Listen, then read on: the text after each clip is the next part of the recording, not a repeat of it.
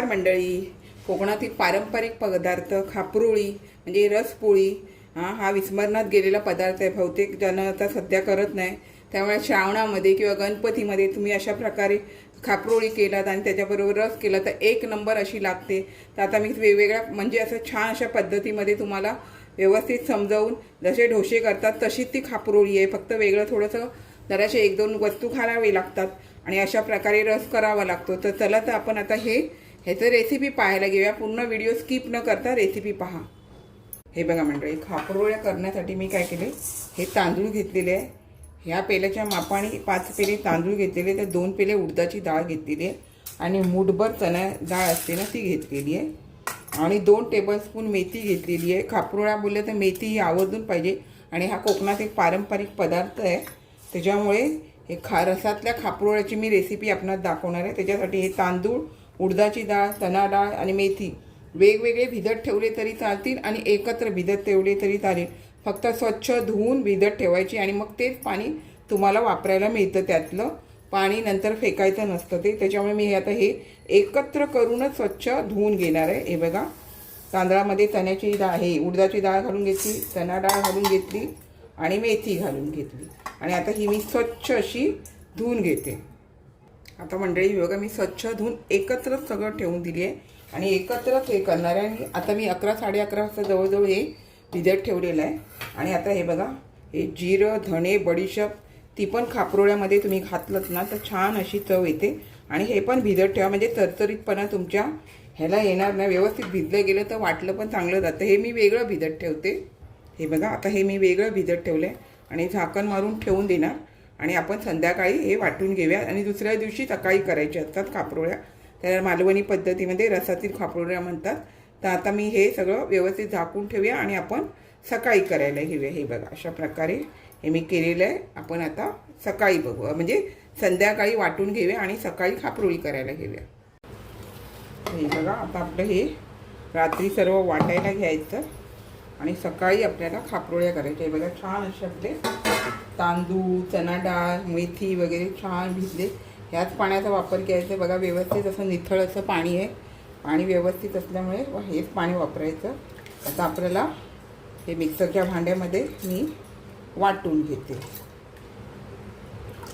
हे बघा, थोडं थोडं घालून आता आपण वाटून घेऊया आणि शेवटच्या भांड्यामध्ये आपण जिरं वगैरे जे आहे ना ते नंतर घालू.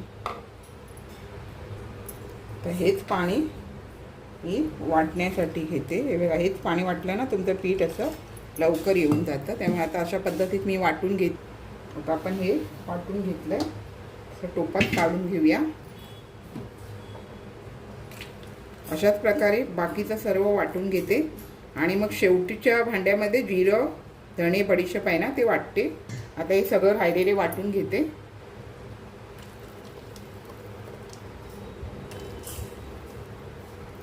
आता 2 बॅचचं आपलं वाटून झालं. त्याच्यानंतर आता हे शेवटचं आहे ना त्याच्यामध्ये धणे, जिरे, बडीशेप हे पाण्यासकट घालून घ्यायचं. थोडीशी हळद घालते. खापरुळ्या बोलल्या तर कलर मस्त हळदीचा आला पाहिजे. आणि आपण जे पाणी आहे ते भिजत घातलेलं आहे त्याचं आपण घालून घेतलं. आता हे शेवटचं आहे ना ते वाटून घेते. हे बघा, शेवटचं आपण मस्त असं बडीशेप वगैरे घालून सर्व वाटून घेतलं आहे. आता यामध्ये थोडं मिक्सरच्या भांड्यात पाणी घालून यामध्ये पाणी घालायचं आहे आपल्याला. हे बघा, आपण आता पाणी घालून घेतलं. तुम्हाला अजून जास्त पातळ करायचं, पण रात्री जर तुम्ही बनवत असाल तर पातळ करून ठेवू नका. सकाळी तुम्हाला पाहिजे तर पाणी घालू शकता. आणि आता आपल्याला हे सर्व एकजीव करून घ्यायचं आहे. आता हे मी सर्व एकजीव करून घेते. आता हे बघा, आपण सर्व व्यवस्थित एकजीव करून घेतलं आहे. आता आपल्याला ह्यामध्ये रात्री ठेवताना तेल घालून ठेवायचं. बघा, कोकणात ती पद्धत आहे. कोळसा वगैरे ठेवतात, कांद्याची साल ठेवतात किंवा लसूण ठेवतात. तर मी आपली लसूण ठेवायची माझी सवय आहे. ती लसूण ठेवते. आणि लक्षात घ्या, मी तुम्हाला एकदा पुन्हा टिप्स सांगते. जर तुम्ही आंबोळ्याचं पीठ किंवा असं खापरुळ्याचं पीठ जर ठेवत असाल तर मोठ्या भांड्याचा वापर करा. छोटं भांडी ठेवलं तर सगळं ते वर येऊन उतू जातं खाली आणि मग ते तेवढं फुकट जातं. त्याच्यामुळे मोठ्या भांड्याचा वापर करायचा आणि मग ते इतकं आलं तरी ते आपलं उतू जात नाही. आणि कारण ते पीठ असं जास्त होत नाही, नंतर तुम्ही ढवळत काय ते खालीच बसतं. त्याच्यामुळे ते वर येतं आपलं म्हणजे पीठ आंबलं जातं, त्याच्यामुळे ते वर येतं आणि मग ते उतू जाणार. मग त्याचा फायदा काय, सगळं अर्ध फुकट जाणार. मग ते आपण खाली गेलेलं घेऊ शकत नाही. त्याच्यामुळे मोठ्या भांड्याचा वापर करा जेणेकरून तुमचं पीठ उतू जाणार नाही. तर चला तर आता हे आपण सकाळी करायला घेऊया. सकाळी काय लवकर पीठ येतं, ते घेतलं की फ्रीजमध्ये ठेवायचं, नंतर आपण करू शकतो. कारण लवकर हे पीठ येतं. ज्या वेळेला पीठ येणार ते मी फ्रीजमध्ये ठेवणार आणि नंतर करायला घेणार. आता आपण झाकण मागून ठेवून द्यायचं. तुमचा गॅस रिकामी वगैरे असे थंड झाला असेल तर गॅसवर ठेवलात तरी चालेल किंवा शेगडीवरती एका बाजूला ठेवलात तरी चालेल. तर आता आपण सकाळी बघू. हे बघा मंडळी, मस्त असं आपलं पीठ आलेलं आहे. सकाळी 5 वाजताच आलेलं. मी लगेच फ्रीजमध्ये टाकलं आणि नंतर 1-1.5 तासांनी आता आपण हे बघूया. त्यातली लसूण काढून बाजूला ठेवूया. आणि हे बघा तुम्हाला दाखवते. हे बघा, आणि मोठा टोप घेतल्यामुळे काय होतं माहिती आहे बघा, मी तुम्हाला सांगितलं ना, बाहेर उतू जात नाही. जर तुम्ही छोटा टोप घेतला तर सगळं बाहेर उतू जाणार. तर आता आपल्याला बघा हे पीठ आलं आहे. आपल्याला मीठ टाकायचं आहे. मीठ टाकलेलं नव्हतं त्यामुळे आता मीठ टाकून घ्यायचं आहे. थोडासा 1 चमचा मीठ टाकून घेते, कारण पीठ जरा आंबटच असतं. आंबट होतं म्हणजे आपण चणा डाळ म्हणजे इतकं आंबट होत नाही. जास्त आंबट झालं तर खोबऱ्याचा रस टाकायचा. आता हे मस्त असं मी एकजीव करून घेते. आणि हे आपल्याला खापरोळी काढायच्या आधी आपल्याला रस करून घ्यायचं आहे. आधी हे मी सर्व एकजीव करते. आता आपलं हे एकजीव करून झालेलं आहे. खापरोळी काढायच्या आधी मी खोबऱ्याचा रस करून घेते. त्या रसासाठी एका नारळाचा आपण खोबऱ्याचा कीस घेतलेला आहे. गूळ लागणार आहे, वेलची, थोडंसं मी जायफळ 2 चिमटी फक्त घेतलेलं आहे, छान चव येते. आणि अगदी चिमूटभर मीठ घेतलेलं आहे आणि अगदी पाव चमचा जिरं घेतलेलं आहे. एका नारळाला बघा मी 4 वेलची आणि हे बाकीचं थोडं थोडं घेतलेलं आहे. 1 मूठ जायसर आपल्याला गूळ घेतलेला आहे. गूळ नंतर खोबऱ्याच्या रसात विरघळायचं आहे.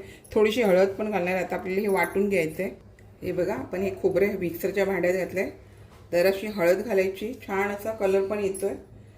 जिरं पाव चमचा, हे बघा चिमूटभर मीठ घेतलेलं आहे, जास्त घेतलेले नाही, अगदी चिमूटभर. जायफळ थोडंसं घेतलेलं आहे. जरा एकदम वाटलं ना काय बरं पडतं. आणि ह्या 4 वेलच्या. आता हे मी सर्व वाटून घेते.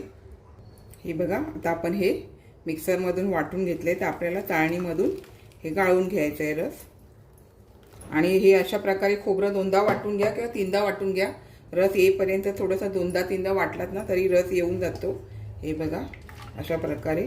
आणि आपल्याला व्यवस्थित असं पिळून घ्यायचं. आता हे मी व्यवस्थित असं पिळून घेते. हे बघा मंडळी, मस्त असं दुसऱ्या वेळेला पण वाटून घेतलं आणि अशा प्रकारे रस येतो. 2दा वाटलं तरी बस होतं, जास्त पण त्याच्यामध्ये मग रस निघत नाही. त्याच्यामुळे आता हे मी 2दा घेऊन फक्त रस याचा काढून घेते. बघा, आता आपण हा एवढा रस काढून घेतला आहे. ह्यामध्ये आपल्याला गूळ घालायचा आहे. बाकी ते सगळं वाटताना घातलं आहे. तर आपण काय माहिती, गूळ लवकर विरघळणार म्हणून आधी थोड्याशा रसामध्ये घालून घ्यायचं आणि मग मिक्स करायचं. आता हा मी गूळ ह्यामध्ये घालून घेते. हे बघा, तुम्हाला किती गोड हवं आहे त्यानुसार तुम्ही घालून घ्या. जास्त व्यवस्थित गोड असेल तरच खापरोळीला चांगली चव येते. कमी याच्यामध्ये कसं माहिती आहे, गूळ विरघळला जातो. किंवा तुम्ही खोबरं वाटताना मिक्सरमध्ये करून घेतलात तरी चालेल. पण आता अशा पद्धतीने कमी हे रसामध्ये घेतलात ना तर पटकन विरघळला जातो. खूप याच्यामध्ये वेळ लागतो. त्याच्यामुळे आता मी हे सर्व विरघळून घेते. आता हे बघा, आपलं ह्या टोपात तर गाळलेलं आहे आणि आपण थोडंच गूळ घालून हे केलेलं आहे. त्याच्यामुळे ते आपल्याला गाळून घ्यायचं आहे. म्हणजे काय कचरा वगैरे असेल तो वर राहील. गूळ सगळं विरघळलं गेलं आहे आणि आता थोडंसं असं जरासं हे खोबऱ्यामधलंच असतं ते जरासं राहिलेलं आहे. हे बघा अशा प्रकारे मस्त असा आपला हा खोबऱ्याचा रस तयार झाला आहे. आणि आता आपल्याला खापरोळी तयार करायला घ्यायची. तर चला आता आपण खापरोळी करायला घेऊया. आपण हा तवा गरम करत ठेवला आहे. थोडंसं तेल लावून घेऊया आणि मग आपल्याला छान अशी खापरोळी घालून घ्यायची आहे. आता असं बघा,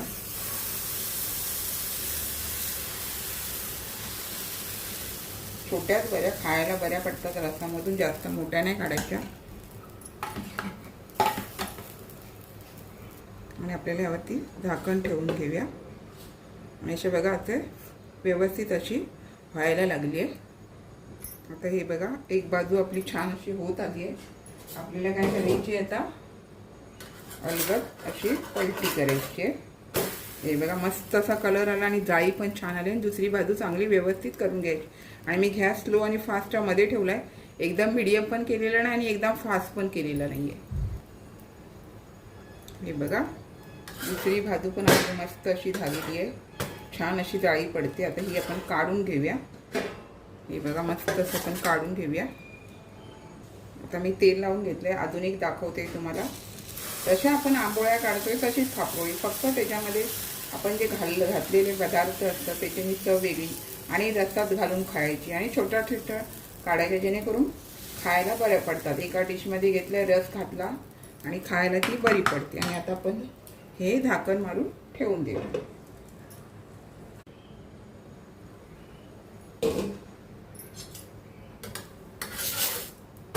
हे बघा मस्त अशी जाळी पडली.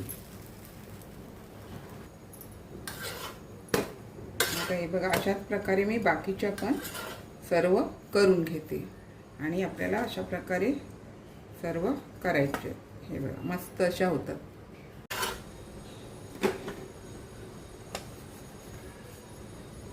तर बघा अशा मी ज्या केल्या आहेत त्या बाकीच्या सगळ्या अशा करून घेते.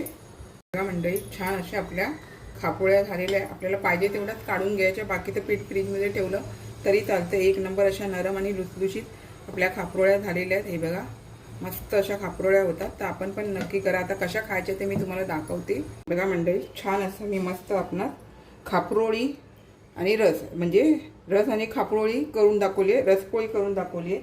आता कसं खायचं ना ते मी तुम्हाला दाखवते. हे बघा अशा पद्धतीमध्ये तुम्ही एका प्लेटमध्ये घ्यायचं आणि त्याच्यावरती रस टाकायचा आणि मस्तपैकी खायला घ्यायचं.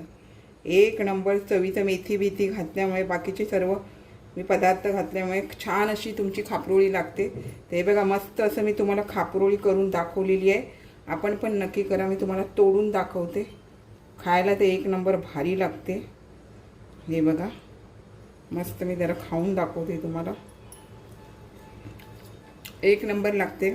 बऱ्याच दिवसांनी मी तुम्हाला करून दाखवलेली आहे. तर रसातल्या खापरोळ्या आपण नक्की करा. खूप छान झालेले आहेत. हे बघा मंडळी मस्त असा खापरोळी आणि रसपोळी मी तुम्हाला करून दाखवलेली आहे. एक नंबर अशी लागते. अशाच नवनवीन रेसिपी किंवा इतर व्हिडिओसहित मी आपणास कायम भेटतच असते. आपण माझ्या चॅनलला लाईक, शेअर, सबस्क्राईब, हाईप करायला विसरू नका. चला तर आता इथेच थांबते. मस्त खा आणि स्वस्त राहा. आपण माझे व्हिडिओ पूर्ण पाहता त्याबद्दल मनापासून खूप खूप धन्यवाद.